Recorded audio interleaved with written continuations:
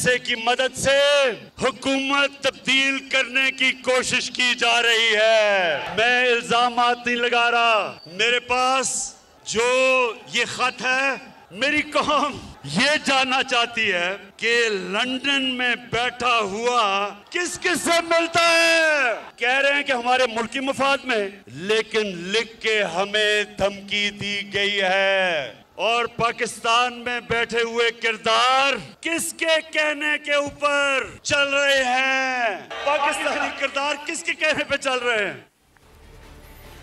बिस्मिल्लाहिर्रहमानिर्रहीम। अस्सलाम वालेकुम नाज़रीन, आप देख रहे हैं आवाज़। मैं हूँ barrister Ehtisham Amiruddin. Prime minister के ख़िलाफ़ तहरीक आदम एतमाद के हवाले से जो हिकमत अमली हुकूमत ने बनाई है, उसमें जो एक लेटेस्ट स्ट्रैटेजी है वो इस ख़त के हवाले से। उससे पहले हमने सुना कि एब्सोल्युटली नॉट को बहुत इस्तेमाल किया कि ये वाहिद प्राइम मिनिस्टर हैं इस मुल्क के जिन्होंने अमेरिका को कहा था एब्सोल्युटली नॉट, और इस चीज़ को बहुत पॉलिटिकली इनकैश किया। दुरुस्त है। उसके बाद मैं जब समा टीवी के दफ्तर आ रहा था तो 27 मार्च से पहले की मैं आपसे बात कर रहा हूँ, तो मैंने एक बोर्ड देखा सड़क पर जिसमें इमरान खान साहब की तस्वीर थी। सबसे ऊपर लिखा हुआ था एब्सोल्युटली नॉट, और उसके नीचे लिखा हुआ था मुजाहिदे नामूसे रसालत। और बात दुरुस्त है कि इस्लामोफोबिया के हवाले से 15 मार्च को जो रेजोल्यूशन पास हुआ यूनाइटेड नेशंस में कि दिन मनाया जाएगा, वो इमरान खान साहब की एक बड़ी अचीवमेंट है। और उसको अगर वो पॉलिटिकली इनकैश कर रहे हैं, करवाना चाहते हैं, तो अच्छी बात है, करवा लें। फिर उसके बाद एक तीसरा जो स्ट्रैटेजी थी इस हुकूमत की, वो ज़मीर फरोशी के हवाले से थी। उन्होंने कहा कि देखें जी, पैसा चल रहा है और हमारे मेंबरान को ख़रीदा जा रहा है और ख़रीदा जाने की कोशिश की जा रही है, और 20 करोड़ 18 करोड़ 22 करोड़ 25 करोड़ तक एक मेंबर को ऑफ़र हो रहा है। और ये तो देखें बड़ा गलत है, सियासत में अखलाकियात का जनाजा निकल गया। ये भी बात दुरुस्त थी। अब तहरीक अदम एतमाद के हवाले से ये तमाम बातें मैं समझता हूँ कि प्राइम मिनिस्टर का हक था कि वो करते, कुछ बातें जो सही थी। अब जो गलती हो रही है इमरान खान साहब से, जिससे मुझे लगता है कि उनकी अपनी credibility as a leader, as a politician, as a hero of this country, क्योंकि क्रिकेट में रहते हुए भी वो पाकिस्तान के हीरो थे, वो स्टेक पर है क्रेडिबिलिटी उनकी। जो उनको मशवरा लोग दे रहे हैं उसमें 2-3 मशवरे प्राइम मिनिस्टर को बड़े गलत मिले। एक तो कल की जो डेवलपमेंट थी, उससे पहले लग रहा था ना कि तहरीक आदम एतमाद प्राइम मिनिस्टर के खिलाफ कामयाब हो जाएगी, तो डेस्परेशन में, फ्रस्ट्रेशन में परवेज इलाही साहब को बुलवाकर उस्मान बुज़दार साहब से पहले इस्तीफ़ा ले लिया गया, और फिर परवेज इलाही को कहा गया कि जी पंजाब की वजारत आला हम आपके सपुर्द करते हैं, now rescue the prime minister. उसके बावजूद जो इस वक्त की सिचुएशन है उसमें लग ये रहा है कि परवेज इलाही साहब प्राइम मिनिस्टर को रेस्क्यू नहीं कर पाएंगे। He will not be able to rescue the prime minister. तो गलत असेसमेंट की गई, गलत टाइम पे की गई। वो जो डर्टी पॉलिटिक्स जिसके ऊपर तनकीद हो रही थी पाकिस्तान तहरीक इंसाफ की तरफ से कि देखें ज़मीर फरोशी हो रही है, पैसे चल रहे हैं, ओहदों के लालच में, ज़ाती मफादात के लालच में लोग जाके ऑपोजिशन के साथ मिल रहे हैं, वही टैक्टिक प्राइम मिनिस्टर साहब को मशवरा दिया गया कि इस्तेमाल करें, परवेज इलाही साहब को चीफ मिनिस्टरशिप ऑफर कर दें। बावजूद इसके कि पंजाब में आपकी तकरीबन पीटीआई की 183 सीटें, पीएमएलक्यू की 10 सीटें, और वजारत आला पंजाब आपके हाथ से निकलता है निकल जाए, लेकिन आप अपनी वजारत उज़्मा बचाएं। तो एक तो ये प्राइम मिनिस्टर को गलत मशवरा दिया गया, और एक्सपोज हुई पाकिस्तान तहरीक इंसाफ उससे कि वो नज़रियात की, असूलों की, इखलाकियात की जो बात करती थी, वो भी अब डर्टी पावर पॉलिटिक्स का हिस्सा बन गई है, क्योंकि रेस्क्यू तो उसके बावजूद नहीं प्राइम मिनिस्टर साहब हो सके। दूसरा गलत मशवरा जो प्राइम मिनिस्टर को मेरी नज़र में दिया गया वो ये था कि बैरूनी साजिश का कार्ड खेला जाए। असद उमर साहब ने इस हवाले से आज क्या कहा, सुनिए। ये सिले की तारीख जो है वो अदम एतमाद तहरीक पेश होने से पहले की है। इस मुरासले के अंदर बराह रास्त अदम एतमाद की तहरीक का जिक्र है। वजीर आजम तैयार हैं ये मुरासला जो है ये चीफ जस्टिस सुप्रीम कोर्ट के सामने रखने के लिए। जो शेयर किया गया है ये मुरासला, वो सिर्फ जो आला तरीन सिविल मिलिट्री क़यादत है, सिर्फ उनके तक महदूद रखा गया है। ये काबीना के भी कुछ ही हैं जिनके साथ, जिनको पता है इस मुरासले के अंदर क्या लिखा हुआ है। और फिर असद उमर साहब ने इसी प्रेस कॉन्फ्रेंस के दौरान मियां नवाज शरीफ का नाम लेते हुए उन्हें मुर्द इल्ज़ाम ठहराया कि वो इस साजिश का हिस्सा है। बैरूनी हाथ और अदम एतमाद की तहरीक आपस में मिले हुए हैं। अब इसके अंदर किरदार कौन कौन है, उसमें एक के ऊपर तो कोई शक ही नहीं है, और वो नवाज शरीफ। वो लंदन बैठे में, वो बाहर मुलाकातें कर रहे हैं, और वो भी वजीर आजम जिस दिन चाहेंगे तो वो तमाम तफसील भी बता देंगे। उसमें 2 टोक अल्फाज के अंदर ये भी लिखा जा रहा है कि अगर अदम एतमाद की तहरीक कामयाब नहीं होती, अगर इमरान खान वज़ीर आज़म रहते हैं तो खौफनाक इसके नताइज आ सकते हैं। और उसके बाद फिर इस हुकूमत के सुकरात, इस हुकूमत के आइंस्टाइन फवाद चौधरी साहब, जिनको कानून के हवाले से भी वो समझते हैं कि अक्ल कुल हैं और मीडिया के हवाले से भी वो समझते हैं कि अक्ल कुल हैं, उन्होंने मियां नवाज शरीफ के हवाले से कहा कि मैं तो पहले ये कहता था कि मियां नवाज शरीफ को बाहर ना जाने दें, क्योंकि ऐसे लोग जब बाहर चले जाते हैं तो वो इंटरनेशनल इस्टेब्लिशमेंट का मोहरा बन जाते हैं। और वही मोहरा बन के नवाज शरीफ पाकिस्तान के ख़िलाफ़ अब ये साजिश कर रहे हैं, जिसका एक जो स्टेप है वो तहरीक अदम एतमाद है। मैं इसीलिए उस वक्त सबको कह रहा था नवाज शरीफ को बाहर ना जाने दो, क्योंकि इस तरह के लोग जब बाहर चले जाते हैं वो इंटरनेशनल इस्टेब्लिशमेंट का एक स्टूट बन जाते हैं, वो उनके अलाकार बन जाते हैं। सो जब आपने नवाज शरीफ वहाँ पे बैठ के वहाँ पे उनकी जो मुलाकातें हुई हैं, जो बहुत सारी रिपोर्ट भी हुई हैं, उसके बाद ये जो ख़त हमें आया है इसमें नो कॉन्फिडेंस से पहले आया है, लेकिन नो कॉन्फिडेंस का जिक्र है। अच्छा, अब इसमें ये जो बैरूनी साजिश के हवाले से इन्होंने जितनी भी बात की है कि जी देखें बैरूनी साजिश हो रही है, इमरान खान के ख़िलाफ़ पाकिस्तान में रजीम चेंज हो रहा है क्योंकि इंडिपेंडेंट फॉरेन पॉलिसी, ये ख़त, ये मरासला उसका सबूत है, प्राइम मिनिस्टर को लिख कर धमकी दी गई है, लेकिन हम आपसे शेयर नहीं कर सकते। बाकी सारी बातें अपनी जगह। आपने प्राइम मिनिस्टर साहब को डर्टी पावर पॉलिटिक्स का हिस्सा बनने पर मजबूर कर दिया, परवेज़ इलाही साहब को पंजाब की चीफ मिनिस्टरशिप ऑफर करवा दी, MQM को पोर्ट्स एंड शिपिंग की मिनिस्ट्री ऑफर करवा दी, गवर्नरशिप आप ऑफर करवाने जा रहे हैं। प्राइम मिनिस्टर साहब को आपने, वो आदमी जिसको ज़ियाउल हक ने मिनिस्ट्री ऑफर की थी उसने डिक्लाइन की, वो आदमी जिसके हवाले से मूनस इलाही साहब ने बजाते खुद, मैं आपसे तकरीबन कोई 2010 की बात कर रहा हूँ, मुझे उन्होंने बताया था कि जब परवेज़ मुशर्रफ साहब की हुकूमत आई थी तो परवेज़ मुशर्रफ साहब ने, हम लोग, ये मूनस इलाही साहब के मैं वर्ड्स आपको कोट कर रहा हूँ कि उन्होंने मुझे कहा कि परवेज़ इलाही साहब चाहते थे, शुजात साहब चाहते थे कि हम लोगों को वज़ारत उज़्मा परवेज़ मुशर्रफ साहब ऑफ़र करें, लेकिन मुशर्रफ साहब ने कहा मैं चाहता हूँ इमरान खान मेरा प्राइम मिनिस्टर हो, आप लोगों को मैं पंजाब में अकोमोडेट करूँगा। लेकिन इमरान खान ने प्राइम मिनिस्टर मुशर्रफ के अंडर बनने से इनकार कर दिया। तो वो आदमी जिसने ज़ियाउल हक की मिनिस्ट्री को ठुकराया, वो आदमी जिसने परवेज़ मुशर्रफ की वज़ारत उज़्मा की ऑफ़र को ठुकराया, उस आदमी को तहरीक अदम एतमाद से बचाने के लिए आपने इस हद तक गलत मशवरा दिया और कन्विंस किया कि किसी तरह अगला 1-1.25 साल का इक़्तिदार आप बचा लें, चाहे आपके लिए, उसके लिए आपको असूलों पर, नज़रियात पर समझौता करना पड़े। वो लोग जिनको आप पंजाब के सबसे बड़े डाकू कहते थे उनको आप अपना चीफ मिनिस्टर बना दें, चाहे उसके लिए आप किसी हद तक भी चला जाएं।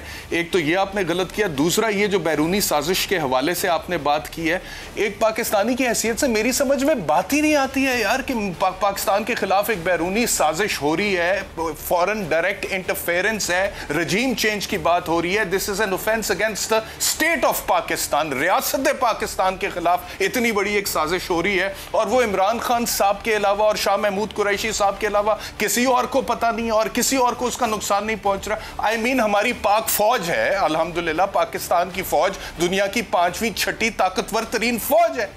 हमारी पाकिस्तान की आर्म्ड फोर्सेस के अलावा एयर फोर्स है, नेवी है, हम वाहिद न्यूक्लियर पावर है मुस्लिम दुनिया के। हमारी ISI है which is one of the best intelligence agencies in the world. ये पूरी दुनिया कहती है कि CIA से बेहतर है, मुसाद से बेहतर है, रॉ से बेहतर है। हम वो लोग हैं जो रॉ का, CIA का, KGB का, MI6 का मुकाबला करते हैं। हमारी मिलिट्री इंटेलिजेंस है, हम दहशतगर्दी का मुकाबला करने वाले लोग हैं। रद्दुल फिसाद हमने लॉन्च किया, ज़र्ब अज़ब हमने लॉन्च किया। इसके अलावा हमारी, आप छोड़ दें इंटेलिजेंस ब्यूरो को या फिर ब्यूरोक्रेसी को या CTD को या स्पेशल ब्रांच, यानी कि किसी को कुछ नहीं पता और सिर्फ आप लोगों को पता कि मुल्क के खिलाफ साजिश हो रही है, सिर्फ इसलिए कि आपके खिलाफ तहरीक अदम एतमाद आ गया। I mean this tactic should not have been played in politics, in power politics. This is national security, कौमी सलामती है। तहरीक अदम एतमाद बहुत अहम है, प्राइम मिनिस्टर साहब का इक़्तिदार में रहना बहुत अहम है, लेकिन कौमी सलामती से ज्यादा अहम नहीं है। और अगर ये बात दुरुस्त है जो आप लोग कह रहे हैं, तो फिर तो आप लोगों की रिस्पॉन्सिबिलिटी बनती है कि वो लोग जो इस साजिश में मुलव्वस हैं, ना सिर्फ आप उनको बेनकाब करें बल्कि आप उनको उनके कैफरे किरदार तक पहुंचाएं, चाहे वो मियां नवाज शरीफ साहब भी क्यों ना हो, 3 दफा पाकिस्तान के वजीर आजम।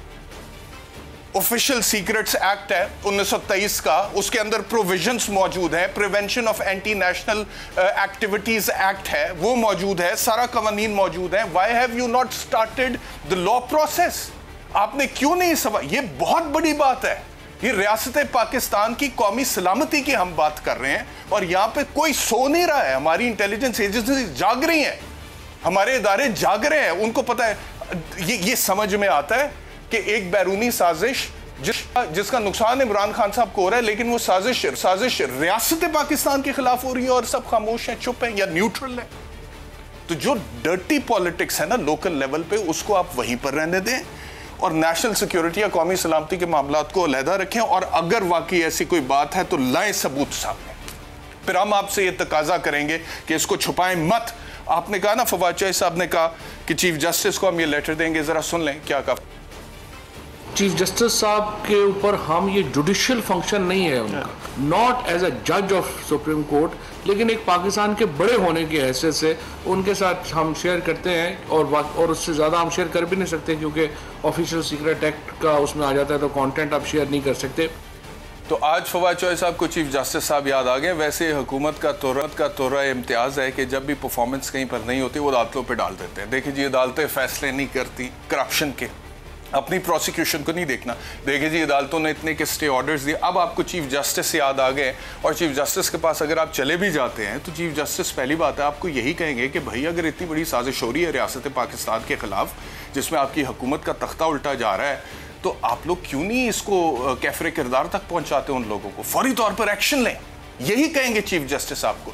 चीफ जस्टिस इतने सादा नहीं है, ये पाकिस्तान तहरीक इंसाफ के वो वोटर्स या वो सपोर्टर्स नहीं है जिनको आप कुछ भी कह देंगे और वो मान लेंगे। और शायद इस वजह से आपको लगता है कि चीफ जस्टिस साहब की सिंपैथी हो जाए कि जी वाकई में इमरान खान के खिलाफ साजिश हो रही है, तो 63A की इंटरप्रिटेशन ऐसी करें कि साजिश नाकाम हो जाए। चीफ जस्टिस कभी भी ऐसे नहीं करेंगे, चीफ जस्टिस को पता है इन बातों का। बहरहाल मेरे साथ सलीम बुखारी साहब, बहुत शुक्रिया हमें ज्वाइन करने के लिए।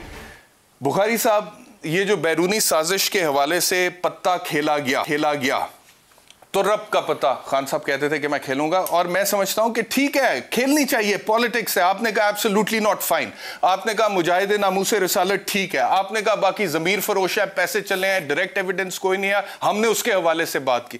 लेकिन कौमी सलामती के हवाले से आप कहें कि पाकिस्तान और रियासत पाकिस्तान के खिलाफ साजिश हो रही है और सिर्फ हमें ही कंसर्न है, आपको ये बात समझ आती है बुखारी साहब? बहुत शुक्रिया आपका बैरिस्टर साहब। मैं 1985 से पॉलिटिकल कमेंटेटर हूँ। इंटरनेशनल जो अदारे हैं उनका भी BBC CNN पे मैंने शुरू किया था 1985 में। मैं आज आपके सामने स्पीचलेस हूँ। जो इंट्रो आपने दिया है, I don't think if I have the capacity to add a single word to that. आपने इसको इतनी खूबसूरती से सम अप कर दिया है कि कोई गुंजाइश नहीं रहती है इसके ऊपर मज़ीद बात करने की। लेकिन मैं बहरहाल जो रवायत है उसके मुताबिक जवाब देने की कोशिश करता हूँ आपके वो सवालात जो आपने उठाए हैं। ये दो बातें जहन में आती हैं। एक तो ये कि या तो वो मशवरे देने वाले नहीं रहे जो इमरान खान साहब को 3-3.5 साल तक चलाते रहे, कि कोई ऐसी बेढंगी बात नहीं थी जिसका कोई सियासी जवाज़ ना हो, जिसका कोई इखलाकी जवाज़ ना हो। और ये जो पिछले कुछ दिनों से हम देख रहे हैं, द वे इमरान खान साहब is conducting himself as a prime minister, वो उनका मजाक उड़ रहा है। और उनकी मजाक उड़ाने वाले कोई बाहर से नहीं आए हैं, ना बाहर से कोई आ सकता है। उनकी अपनी पार्टी के लोगों ने उनको वो तमाशा बना के रख दिया है कि जिसका कोई हाल नहीं है। आप ये देखिए, जिसको प्राइम मिनिस्टर साहब से लहरवा दिया गया जिस खत को, उसके बारे में अभी थोड़ी देर पहले मैं प्रेस कॉन्फ्रेंस देख रहा था। जनाब फवाद चौधरी साहब ये फरमाते हैं कि हम इसकी तहकीकात नहीं करवाना चाहते क्योंकि हम नहीं चाहते कि ये नाम सामने आए। लानत है भाई ऐसी एलिगेशंस के ऊपर जो आप जस्टिफाई तो छोड़ दें, आप उसको प्रूव भी नहीं करना चाहते। फॉर गॉड सेक, ये क्या कर रहे हैं आप इस रियासत पाकिस्तान के साथ? खुदा के लिए, ये कोई PTI की जमात नहीं है या उसका कोई यूनिट नहीं है जो आप चला रहे हैं। You are running a country which is a nuclear power, for God sake. इस डिप्लोमेटिक जगलरी का जो तमाशा पूरी दुनिया में बनने जा रहा है, आपको तो बैरिस्टर साहब उसका अंदाज़ा होना चाहिए। मेरा दिल ऑनेस्टली मेरा दिल रो रहा है इस किस्म की जगलरी पर, जो जिसे कहते हैं ना, gone for a 6 and caught on the boundary line. ये क्या तमाशा कर दिया खान साहब आपने। आप किन के कहने में आ गए हैं? आपने दूसरी बात की परवेज़ इलाही साहब की, वो भी इतना बड़ा तमाशा है, इतनी बड़ी एस्पर्शन है अपनी ही पार्टी के ऊपर जिसके पास 180+ वोट हैं। खुदा के वास्ते खान साहब ये आपसे क्या करवाया जा रहा है? मेरा तो ख्याल ये है कि जो कुछ आपसे करवा रहे हैं और आप ही के चाहने वाले करवा रहे हैं, आप ही का वो विश सर्कल करवा रहा है जो आपके ब्लू आइड बॉयज़ हैं, आपका पॉलिटिकल कैरियर जो है वो एट स्टेक पर है। खान साहब रियलाइज़ करें इसको, खुदा के लिए भी। ये स्टेट्समैन आप कोई पुतली थोड़ी हैं जो उनके हाथों पे नाचते रहेंगे। ये सब बातें जो आपने की हैं बैरिस्टर, और मैं अपने आप को इसमें शामिल कर रहा हूँ कि इस एक एक लफ्ज़ का जो आपने कहा है, मैं शरीके कार हूँ, मैं इसको ओन करता हूँ। मेरे ख्याल से इससे बड़ा एनालिसिस हो नहीं सकता। मैं तवक्को भी कर रहा हूँ ये कि खान साहब अगर ये प्रोग्राम आप तक पहुँचता है या इसके एक्सर्ट्स आप तक पहुँचते हैं, इसके कुछ खुदा के लिए इसके ऊपर गौर कीजिए। ये आपके पॉलिटिकल कैरियर का सवाल है, ये आपके स्टेचर का सवाल है। दुनिया कैसे देखेगी आपको जब ये इतना बड़ा तमाशा दुनिया के सामने आएगा? पहले भी बहुत कुछ हो चुका है, उसकी मिसालें मैं इस वक्त देना नहीं चाहता क्योंकि वो दे विल बी मिसअंडरस्टूड। वो जो उसका ब्रॉडशीट वाला मामला हुआ बैरिस्टर, वो भी आपके सामने है, कहाँ से बात शुरू होकर कहाँ पहुँची थी। ये सब कुछ खान साहब खुद नहीं कर रहे हैं, मैं तवक्को ही नहीं करता उनसे। मैं जानता हूँ 35 बरस से मेरी उनके साथ यानी रिलेशनशिप है, फर्स्ट नेम बेसिस पर वो मुझे सलीम कह के बुलाते थे। मुझे उनसे ये तवक्को नहीं है, man who stands out to be a clean, honest and daring person, वो इस तरह की हरकतें नहीं कर सकता। मुझे तो इसकी कोई जस्टिफिकेशन समझ में नहीं आ रही बैरिस्टर साहब। दूसरा मुझे ये समझ में नहीं आ रहा जनरली, क्योंकि इमरान खान साहब को इस वजह से, बुखारी साहब मैंने अर्ज़ किया कि मुशावरत ठीक नहीं दी जा रही है मेरी नज़र में, क्योंकि इमरान खान का भी रिकॉर्ड तो हमारे सामने है ना। ये बात दुरुस्त है कि ज़िया के दौर में उनको मिनिस्ट्री ऑफर हुई थी, ये बात दुरुस्त है कि मुशर्रफ साहब चाहते थे कि इमरान खान प्राइम मिनिस्टर के तौर पे उन्हें ज्वाइन कर लें, लेकिन उन्होंने कहा मैं डमी प्राइम मिनिस्टर नहीं बनूंगा। तो वो लोग जो इमरान खान साहब के साथ हैं, जिसमें बहुत सारे, अगर आप इजाजत दें तो मैं आपको वो कोट बता दूं जनरल परवेज मुशर्रफ का, हुआ था कि if it was in my control I will hand over Pakistan to you. This is quote and quote, right. तो वो इमरान खान आज मैं कहता हूं तरीके चले, हुकूमत बहुत बड़ी बात है, प्राइम मिनिस्टरशिप बहुत बड़ी बात है, लेकिन जिस तरह से पाकिस्तान की पॉलिटिक्स का सिनेरियो इस वक्त बुखारी साहब बन गया, प्रो इमरान एंटी इमरान, इमरान खान के साथ इख्तलाफ भी हो सकता है, लेकिन सिचुएशन तो यही नजर आ रही है ना कि तमाम ऑपोजिशन जमातें इमरान खान के खिलाफ इकट्ठी हो गई। और आपकी हुकूमत अगर जाती, आप जाने देते, आप अपने आप को डिस्टिंग्विश करते उन लोगों से, और पाकिस्तान की अवाम में आपकी मकबूलियत बढ़ जाती। लोग कहते हैं कि देखो ये वो आदमी है जो अभी तक उसूल पे खड़ा है, ये वो आदमी है जिसने डर्टी पॉलिटिक्स नहीं किया, ये वो आदमी है जिसने मुफाद परस्ती की सियासत को ठुकराया है। तो पहले नंबर पे तो आपको उस डर्टी पावर पॉलिटिक्स का हिस्सा बनने पर मुशावरत दी गई और आप मजबूर हो गए, और उसके बावजूद रेस्क्यू नहीं हो पा रहे हैं। आपको लगता है परवेज इलाही साहब रेस्क्यू कर लेंगे इमरान खान साहब को आउट ऑफ द सिचुएशन? देखिए बैरिस्टर साहब, जो लोगों ने इमरान खान की बात नहीं मानी है उनको परवेज इलाही साहब कैसे बनाएंगे? ये तो किसी एक आम आदमी से आप सिंपल, जिसकी कोई बैकग्राउंड नहीं, उससे पूछेंगे वो भी नहीं मानेगा। कि जिन्होंने इमरान खान को डिनाई कर दिया, मुंह मोड़ लिया है उनसे, उन्हें परवेज इलाही साहब क्या दे के, क्या है वो जो इमरान खान ऑफर नहीं कर सकते थे जो परवेज इलाही साहब ऑफर करेंगे? अभी तो परवेज इलाही साहब की चीफ मिनिस्ट्री हवा में है। डोंट प्लीज टेक इट कि ये इतना ईजी है that he will come and just take the oath. No, it's not that. There is a whole lot of way to go through. अभी तो जो अंदर के ग्रुप हैं पीटीआई के, वो अपनी जगह मौजूद है। नून लीग इतनी बड़ी नंबर ऑफ सीट्स के साथ मौजूद है। मुनर्रफ ग्रुप उनके अंदर भी यहाँ भी हैं। खुद चौधरी परवेज इलाही साहब से आपने देखा उनकी पार्टी के अंदर क्या है। तारक बशीर चीमा की मिसाल आपके बिल्कुल सामने है। वो डंके की चोट पे कह रहे हैं कि दूंगा वोट इमरान खान के वोट ऑफ नो कॉन्फिडेंस के हक में। मतलब कहने का ये है कि अभी तो कुछ भी नहीं हुआ। मुझे यूं लगता है बैरिस्टर साहब, मैं लास्ट बात आपके प्रोग्राम में कह रहा हूं, जैसे हाथ हो गया खुद परवेज इलाही साहब के साथ भी। उन्हें ये अंडरस्टैंडिंग दी गई थी कि अगर आप तैयार हो जाते हैं तो हम बुजदार साहब से इस्तीफा ले लेते हैं, आपको उनकी नामजदगी कर देते हैं, और हम ये सब कुछ करेंगे अदम एतमाद की वोटिंग से पहले। आज वो मिले हैं, उनको तो बताया गया कि ये इस्तीफा देख लीजिए, ये है वो इस्तीफा, लेकिन ये हम देंगे जब आप हमारा मामला पहले हल करेंगे, उसके बाद मैं गवर्नर को भेजूंगा और वो उसको एक्सेप्ट कर लेंगे उसी दिन। ये सब कुछ हवा में है। इतने फोके तीर, इतनी बेतुकी सियासी जोड़ तोड़ मेरी तो कॉम्प्रीहेंशन से भी बाहर है बैरिस्टर साहब। बुखारी साहब बहुत शुक्रिया मुझे ज्वाइन करने के लिए आए। सेगमेंट जाते जाते मैं सिर्फ इतना कहूँगा कि वाकई में अगर इमरान खान असूलों पर खड़े हो के, नज़रियात पर खड़े हो गए, अखलाकियात जिनका वो दर्स देते हैं, कहते हैं कि मैं मफादात की सियासत का हिस्सा नहीं बनूंगा, मैं डर्टी पावर पॉलिटिक्स का हिस्सा नहीं बनूंगा, मैं ब्लैकमेल नहीं होऊंगा, वो लोग जो मेरे साथ नज़रियात में मुमासलत नहीं रखते हैं मैं उनको अपनी टीम का सफ़े अव्वल का खिलाड़ी नहीं बनाऊंगा, चाहे हुकूमत चली जाती, चाहे वजारत उज़्मा चली जाती। वैसे भी 3-3.5 साल की परफॉर्मेंस सामने है और उन 3-3.5 साल की परफॉर्मेंस के हवाले से बहुत ज़्यादा तनकीद होती है इमरान खान साहब पे। मैं तो समझता हूँ तहरीक अदम एतमाद अगर कामयाब हो जाती है तो प्राइम मिनिस्टर ज़्यादा मकबूल हो जाते हैं, क्योंकि सियासी शहादत के मरतबे पर फायज हो जाएंगे और उसके बाद लोग ज़्यादा उनको पसंद करेंगे। लेकिन अगर आपको लगता है इक़्तिदार इतना ही कीमती है और उसे चिपके रहना बहुत ज़रूरी है अगला 1-1.25 साल, तो उसके लिए ये जो हरकतें हो रही हैं, जितनी भी बातें हो रही हैं, उससे मुझे लगता है ज़ाती तौर पे इमरान खान साहब की मकबूलियत में कमी होगी और जो लोग उनको ये मशवरा दे रहे हैं करने का, वो ठीक मशवरा नहीं दे रहे हैं। एक ब्रेक लेते हैं, ब्रेक के बाद वापस आकर आपको बताएंगे नंबर गेम की क्या सूरत हाल है और परवेज़ इलाही साहब को पंजाब की वजारत आला ऑफ़र करने के बावजूद पाकिस्तान तहरीक इंसाफ की हुकूमत और इमरान खान साहब की वजारत उज़्मा तहरीक अदम एतमाद के हवाले से बहुत अबहाम का शिकार है। After the break.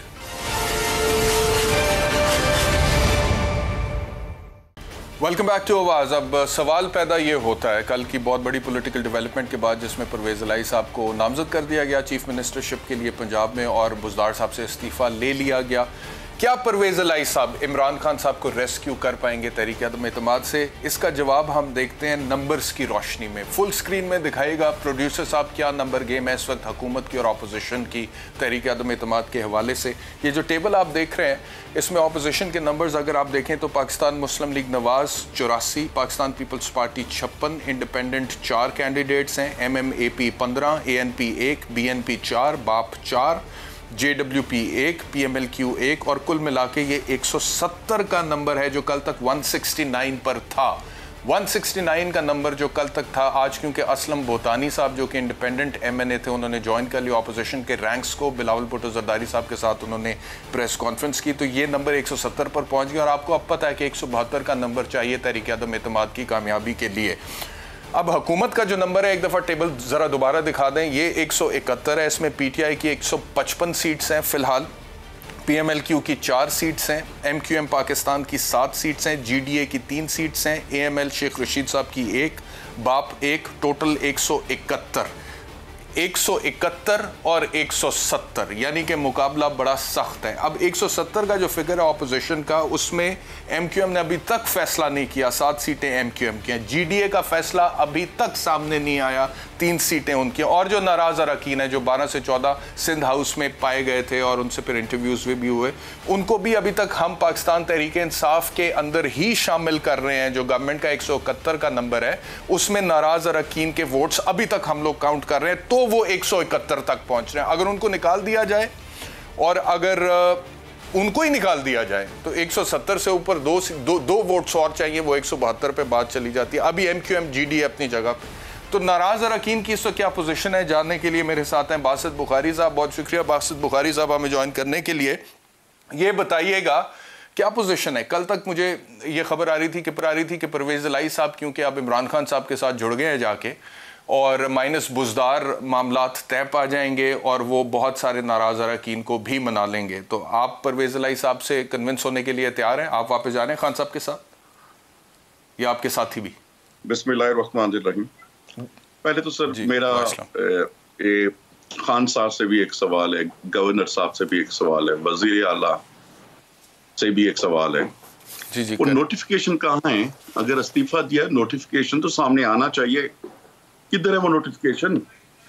मंजूरी का नोटिफिकेशन, गवर्नर मेरे ख्याल है वज़ीर आला की मंजूरी का नोटिफिकेशन होता है ना, उसकी फोटो तो हमें दिखा दें, या सिर्फ बातें हैं सिर्फ कि भाई वज़ीर आला ने इस्तीफा दे दिया, कोई फोटो तो दिखा दें हमें नोटिफिकेशन के। माजी में अगर कोई वज़ीर आज़म या वज़ीर आला अपने मनसब से हटते थे तो उनका नोटिफिकेशन होता था बाज़ाब्ता। वो नोटिफिकेशन किधर है? तो शक ना करें, उस सर इतनी भी बात नहीं है। अब खान साहब बुज़दार साहब को कहेंगे आपको लगता है वो इस्तीफा नहीं देंगे, उस पर तो शक ना करें। खान साहब ने कह दिया इस्तीफा दे दो, दे देंगे। नोटिफिकेशन तो दिखा दें। अभी मुस्ताफी हुए नहीं ना वो। देखिए खान साहब ने कहा है मैंने इस्तीफा कबूल कर लिया। जब इस्तीफा कबूल कर लिया उसका नोटिफिकेशन किधर है? अच्छा नहीं, अभी इस्तीफा कबूल नहीं हुआ। मैं आपको बता देता हूं लेटेस्ट सिचुएशन। इस्तीफा उन्होंने दे दिया है, जैसे ही इमरान खान साहब कबूल करेंगे उन्होंने कहा है बुज़दार साहब ने कि फिर मैं मुस्ताफ़ी हो जाऊंगा। लेकिन इस्तीफा तभी खान साहब कबूल करेंगे अगर इधर परवेज इलाही साहब उन्हें रेस्क्यू कर सकेंगे। अभी तो परवेज इलाही साहब की अपनी जो 5 सीटें थी उसमें से एक तारिक बशीर चीमा साहब जो हैं वो अलहदा हो चुके हैं। उनका शॉर्ट सुनवा देते हैं आपको भी और अपने व्यूअर्स को भी। वो कह रहे हैं कि मैं अपना फैसला चेंज नहीं करूंगा। कल का इस्तीफा दे दिया होगा? नहीं, वापस नहीं लेंगे अब आप? नहीं, वापस नहीं। अच्छा, और वोट भी आप खान साहब? वोट भी अदम एतमाद के हक में दूंगा। आपकी शहबाज साहब से या किसी से अपोजिशन से मुलाकात होनी है? कोई मुलाकात नहीं भाई, मैं काफ लीग में हूँ, चौधरी साहब के साथ हूँ, उनका वर्कर। तो ये तारिक बशीर चीमा इस वक्त तो लग रहे थे द मैन ऑन फायर, बड़े गुस्से में, और वो कह रहे थे कि मैं इस्तीफा वापस नहीं लूंगा। बुखारी साहब ये बताएं, MQM अपनी जगह, GD अपनी जगह, परवेज इलाही साहब कहते थे हम इकट्ठे फैसला करेंगे, लेकिन वो फैसला इकट्ठे नहीं हुआ। आप लोगों के हवाले से क्या लेटेस्ट अपडेट है? माइनस बुज़दार अगर हो जाता है, आप लोग वापस इमरान खान साहब के रैंक में जा रहे हैं? मैं नाम बोल रहा हूँ, इस पर वजीर आजम साहब कह रहे हैं कि एक अरकान को भी मुलाकात या 2 अरकान को बुला के देख लें, अपनी हमायत करवा दें। राजा रियाज साहब, नवाब बसीर साहब, जवेरिया बीबी, नुज़रत बीबी, वजिया कमर साहबा, राना कासिम नून साहब, आमिर गुपांग साहब, अब्दुल गफ्फार भट्टू साहब, अमजद फारूक खान खोसा, मखदूम मुबीन शाह साहब, चौधरी आसिम नजीर साहब, मैं खुद, रियाज मजारी साहब, किसी एक ही तो मुलाकात करके कहें कि प्राइम मिनिस्टर के साथ हैं। ठीक है, इसका मतलब है कि आप प्राइम मिनिस्टर साहब के साथ नहीं, और अगर 170 का फिगर ऑपोजिशन टच कर चुकी है और आप नाराज अरकान ही अगर ऑपोजिशन के रैंक्स को ज्वाइन कर लेते हैं तो फिर तहरीक अदम एतमाद तो कामयाब हो जाएगी। इसका मतलब है परवेज इलाही साहब जो है इंशाल्लाह जी, परवेज इलाही साहब फिर इसका मतलब है चीफ मिनिस्टर नहीं बन रहे फिलहाल। मेरा उनके साथ एक खानदानी मरासम है, हमारे लिए वो बुजुर्ग हैं। मैं इनके ऊपर कोई इस खानदान के मुतालिक कोई बात नहीं करूंगा। मैंने पहले भी एक चैनल पे कहा था ये उनका जमहूरी फैसला है। ये तो बताते फैसला सही था गलत मेरे लिए इंतहाई का वो जो जरदारी साहब कह रहे हैं कि नहीं हो, बिल्कुल बिल्कुल काबिल एहतराम, मेरे लिए भी काबिल एहतराम है, लेकिन इतना तो बता दें जरदारी साहब ने कहा कि कुछ समझ नहीं लगी, रात को हमारे साथ बैठे हुए थे, सुबह उधर चले गए। वो क्या ऐसी बात थी जिसे परवेज इलाही साहब मजबूर होके एकदम उन्होंने ऐलान कर दिया प्राइम मिनिस्टर की हिमायत का? इंशाअल्लाह सब ठीक हो जाएगा जी। इस चीज को इंश्योर किए बगैर कि बाकी लोग मेरे साथ नहीं खड़े, इंशाअल्लाह सब ठीक हो जाएगा। इस 24 घंटे में और बहुत सारी विकेटें गिर जाएंगी। और कौन सी विकेटें गिर जाएंगी जी? पहली या 2 को बहुत सारी विकेटें और गिर जाएंगी। मसलन मिसाल आप PTI के अपने अंदर से बात कर रहे हैं? मैं कुछ कह नहीं सकता, चीजें जरा हमने कार्ड्स अपने पास ही रखे हुए हैं, मैं उस पर कोई बात नहीं कर सकता, आपको पता चल जाएगा। अच्छा मुझे ये बताएगा कि ये जो मुनर्रिफ और अकीन 12 के करीब, मेरे पास भी लिस्ट है जो उस दिन सिंध हाउस में थे, उनमें से कितने लोग जो हैं जहांगीर तरीन ग्रुप से अलहदा हैं? तरीन ग्रुप से अलहदा है? देखिए जी, जो हम रात को इकट्ठे बैठते हैं सारे अराकीन लॉजेस में, तो मेरा नहीं ख्याल कि कोई किसी इनमें कोई तरीन ग्रुप है जो जिधर गया PDM में डायरेक्ट गया। अच्छा जी डायरेक्ट ही गया।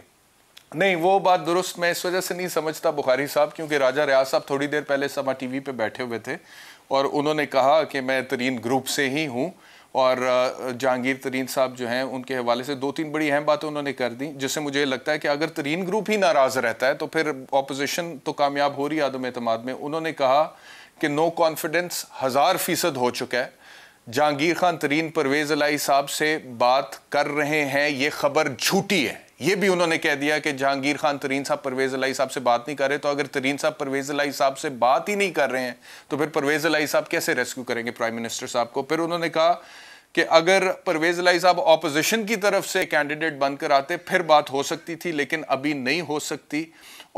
और फिर ये भी उस उधर सामने आई बात कि जब परवेज इलाही साहब is of no use to the prime minister and he can not rescue the prime minister, क्योंकि अलीम खान ग्रुप या तरीन ग्रुप जो है वो उनके साथ नहीं जुड़ेगा, तो फिर बुज़दार साहब से इस्तीफा भी नहीं लिया जाएगा। अगर तरीन साहब का वो शॉट है आपके पास प्रोड्यूसर साहब, तो वो मुझे बताइएगा। हम चलाना चाहते हैं। तरीन साहब बाहर जाने से पहले क्या कह रहे थे जब उनके खिलाफ केसेस चल रहे थे, वो शॉट प्लीज लेकर आए, वो बहुत इंपॉर्टेंट है।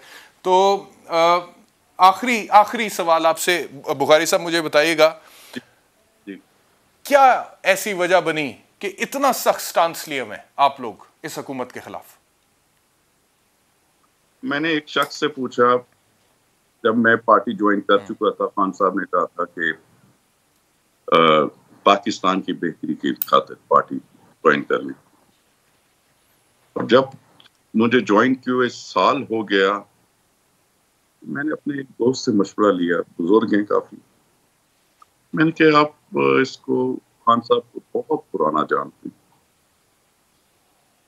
तो ये तो जो मामलात या बातें थी जो एजेंडे पे इनका मंशूर था, ये तो बिल्कुल मंशूर से हट के पार्टी चला रहे हैं। वो तो मंशूर नजर ही नहीं आ रहा। जो सीएम पंजाब उनके नाक के नीचे करप्शन कर रहा है, जब जो प्राइम मिनिस्टर हाउस में हो रहा है। मैंने तो काफी सारे सवाल, आपको पता है, मैंने मीडिया में किए हुए थे। तो उसने कहा जी मैं खान साहब को बचपन से जानता हूँ। नंबर एक, खान साहब किसी के दोस्त नहीं, और नंबर दो, अपनी मफाद की खातिर वो किसी भी चीज का सर कलम कर सकते हैं, भले वो इंसान की। तो फिर जब मैंने ये फैसला किया, लास्ट मीटिंग खान साहब के साथ की थी, मैंने कहा मुझे इस लेजिस्लेशन में मेरे तहफ़्ज़ात हैं, क्योंकि मैं आज़ाद इलेक्ट हुआ था और फिर मैंने आपका फॉर्म भरा था। मैं आज आया बैठा हूँ और आखिरी दफा आपको वोट देने आया बैठा हूँ। उस वक्त तो अदम एतमाद की कोई बात थी ही नहीं, कोई किस्सा चला ही नहीं था। मैं कहा जी मैं आज आया बैठा हूँ और आज के बाद ना मैं आपको मिलूंगा, ना आपसे कोई सियासी रिश्ता मारा। एक है कि मुझे बता दें कि वो जितने भी लोग सिंध हाउस में थे बशमूल आपके, वो 12 या 14 का जो भी फिगर था, आपकी मालूमात के मुताबिक वो तमाम अपने डिसीजन पर स्टैंड करते हैं अभी तक। वजीर आला भी थे। ठीक, मुझे आपकी आवाज, आपके अलावा बाकी लोग, मैं कह रहा हूं कि आखिरी मुझे बस इतना बता दें कि वो जितने भी लोग सिंध हाउस में थे, मुनहरिफ अराकीन, वो सब अपने डिसीजन पर स्टैंड करते हैं अभी तक? देखिए मैंने आपको नाम गिन के सुनाए हैं, आपके पास रिकॉर्डिंग। ठीक हो गया, ठीक है ना जी, ठीक। बहुत शुक्रिया बासित बुखारी साहब हमें ज्वाइन करने के। ब्रेक लेते हैं, ब्रेक के बाद वापस आए। वेलकम बैक टू आवाज़। ग्रैंड डेमोक्रेटिक अलायंस से डॉक्टर फहमीदा मिर्ज़ा हमारे साथ हैं, उनसे बात करते हैं और पता लग जाएगा नंबर गेम के हवाले से कहाँ पर खड़ी है इस वक्त हुकूमत। डॉक्टर फहमीदा मिर्ज़ा साहिबा, बहुत शुक्रिया मुझे ज्वाइन करने के लिए। आप लोगों की 3 नशस्तें हैं नेशनल असेंबली में, 170 का फिगर टच करी ऑपोजिशन ऑलरेडी। आप लोगों ने कोई फैसला कर लिया जी, हुकूमत का साथ देने ऑपोजिशन के साथ जा रहे? जी, जीडीए ने तो सबसे पहले फैसला किया था कि हुकूमत के साथ, और हमने तो अनकंडीशनल सपोर्ट किया है, और जिसमें we were the first one. और क्योंकि ये ना जीडीए का ना हमारा असूल है कि किसी को तकलीफ में छोड़ के जाया जाए। अगर अभी तक हम हुकूमत का हिस्सा थे तो फिर हमें रहना चाहिए, उसके बाद अगर कोई इख्तिलाफ होगा तो फिर हम बाद में भी छोड़ सकते हैं। आपके इस फैसले में कोई लास्ट मिनट चेंज आ सकता है अगर नंबर गेम इमरान खान साहब के खिलाफ जाती हुई नजर आती है? जैसा मैंने कहा कि 170 का फिगर ऑपोजिशन टच कर रही है और उनके अपने मुनहरिफ अरकान जो कि 12 से 14 हैं, अगर वो अपोजिशन रैंक्स को ज्वाइन कर लेते हैं तो ये 182 184 पे चले जाते हैं। तो अगर आपको ये नजर आ रहा हो कि इमरान खान साहब यकीनी तौर पर हार रहे हैं तहरीक आदम एतमाद में, क्या फिर भी आप लोग उनके साथ खड़े रहेंगे? देखिए, आई थिंक क्यों हमने जब पहले किया था फैसला, उस वक्त तक जाहिर है कि सिचुएशन क्लियर नहीं थी। अगर हमारी भी कुछ होता है, इंटेंशंस कुछ इस किस्म के होते, तो हम भी बाकी एलाइड पार्टीज की तरह लास्ट मिनट तक वेट करते, वॉच करते कि किस तरफ हवा का रुख है, क्या होने जा रहा है, और फिर फैसला करते। पर हमने वो चीज को नहीं देखना, और जो एक असूली मौकफ था हमारा कि एक प्रिंसिपल स्टांस है हमारा, और वो यही है कि हमने अगर छोड़ना था इन्हें तो पहले छोड़ना था, या फिर अब बाद में छोड़ने का, लेकिन ये टाइम नहीं बनता कि इस मौके पे हम उन्हें छोड़ें। क्योंकि बाकियों ने तो बड़ा निगोशिएशन किया, बल्कि इफ यू में अलाउ मी ब्लैकमेल किया प्राइम मिनिस्टर को, और उन्होंने कहा है जी कि अगर हमें कुछ देते हैं मजीद, तो आपने कोई इस तरह की कोई आप लोगों की तरफ से निगोशिएशन हुई कि हमें मजीद कोई मिनिस्ट्रीज दें तो फिर हम 3 वोट आपको देंगे? नहीं जी, ये जो भी हमारे 3 वोट हैं, जो इस वक्त एक वोट बहुत कीमती है। हमने पहले दिन से ही कहा है अनकंडीशनल। मैंने तो ये कहा जितने हमारे मसाइल हैं, मैं इसके बाद आपका वक्त ये गुजर गया, चाहे जिस तरफ भी जाए बात, तो उस वक्त उसके बाद देखेंगे। और अगर वो दफा ये वक्त गुजर जाएगा फिर हम आजाद होंगे। और अगर वो प्राइम मिनिस्टर ही ना रहे, वोट ऑफ नो कॉन्फिडेंस तक हम हुकूमत का हिस्सा तो हैं। डॉक्टर साहिबा, अगर वो अनकंडीशनल है, आई होप कि उनको ये एहसास होना चाहिए कि एक ये डॉक्टर साहब आखिरी किसी किस्म की कोई डिमांड नहीं रखी इनके आगे। ठीक, और क्योंकि वक्त कम है, अगर उस वक्त तक वो प्राइम मिनिस्टर ही ना रहे तो, और आपको नजर आ रहा है कि वो हार रहे हैं, तो फिर भी आप लोग इमरान खान के साथ ही खड़े? जी, बस मैंने कहा ना, फैसला एक दफा होता है, बात एक दफा होती है, और ये सारी चीजें ठीक हो गया। कितना वक्त है सियासत में, और मैंने ये हुकूमतें जाते भी देखी हैं। डॉक्टर साहब, वक्त बिल्कुल खत्म हो गया, लेकिन यकीन करें, शुक्रिया हमें ज्वाइन करने के लिए, लेकिन मुझे बड़ी खुशी हुई है, कोई तो मिला ऐसा जिसने कोई असूली मौक़िफ़ इख्तियार किया और कहा कि फैसला ले लिया तो ले लिया, अब चाहे इमरान खान हारे या जीते हम उसके साथ खड़े हैं। तो डॉक्टर फहमीदा मिर्ज़ा और इनके साथ जो साथी हैं, मेरा दिल तो ये कर रहा है कि जाते जाते उनके लिए क्लैपिंग करनी चाहिए कि किसी ने तो कोई फ़ैसला असूली लिया और उस पर वो खड़ा है। बहुत शुक्रिया प्रोग्राम देखने के लिए। इंशाल्लाह कल आपसे दोबारा मुलाकात होगी। अपना ख्याल रखिए। अल्लाह हाफ़िज़।